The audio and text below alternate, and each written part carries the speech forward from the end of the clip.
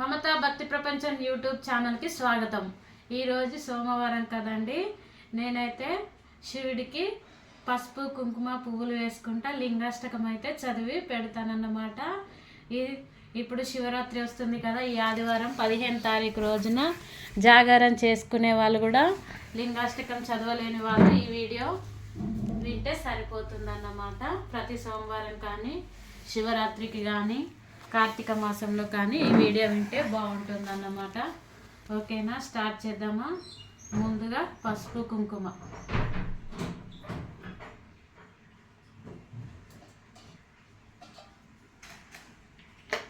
తర్వాత పువ్వులు అన్నమాట.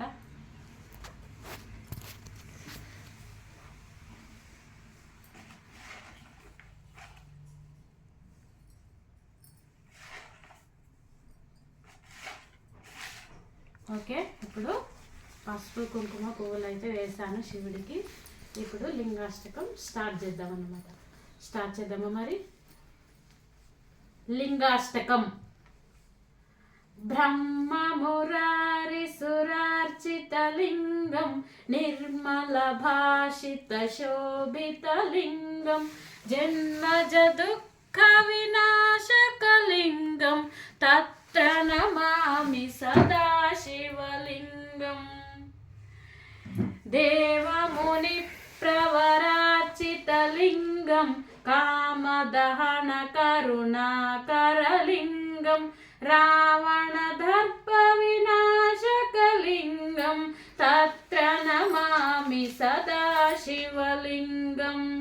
సర్వసుగంధసులేపితలింగం బుద్ధి వివర్ధన కారణలింగం సిద్ధసురాసురవందితలింగం తత్ర నమామి సదా శివలింగం.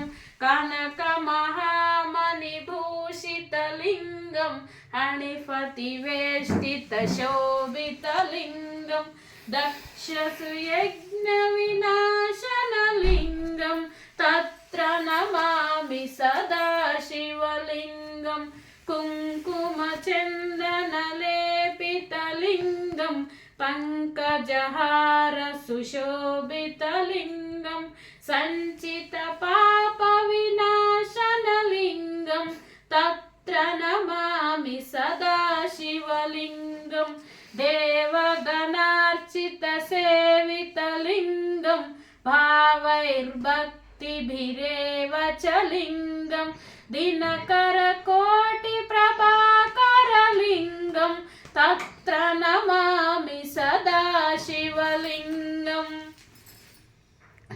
అష్టదళోపరివేష్టితలింగం సర్వసముద్భవ కారణలింగం అష్టదరిద్ర వినాశనలింగం తత్ర నమామి సదా శివలింగం. సురగురు సురవర పూజితలింగం సురవన పుష్ప సదార్చితలింగం పరమ పరమాత్మకలింగం తత్ర నమామి సదా శివలింగం. సురగురు సురవర పూజితలింగం సురవన పుష్ప సదార్చితలింగం పరమపదం పరమాత్మకలింగం తత్ర నమామి సదా శివలింగం. లింగాష్టక ఫలశ్రుతి. లింగాష్టకమిదం పుణ్యం యః పఠేత్ శివ సన్నిధౌ శివలోకమవాప్నోతి శివేన సహ మోదతే. లింగాష్టకమిదం పుణ్యం యః పఠేత్ శివ సన్నిధౌ శివలోకమవాప్నోతి శివేన సహ మోదతే. ఇతి లింగాష్టకం సంపూర్ణం. ఓం నమః శివాయ. ఓం నమః శివాయ. ఓం నమః శివాయ. ఓం నమః శివాయ. ఓం నమః శివాయ.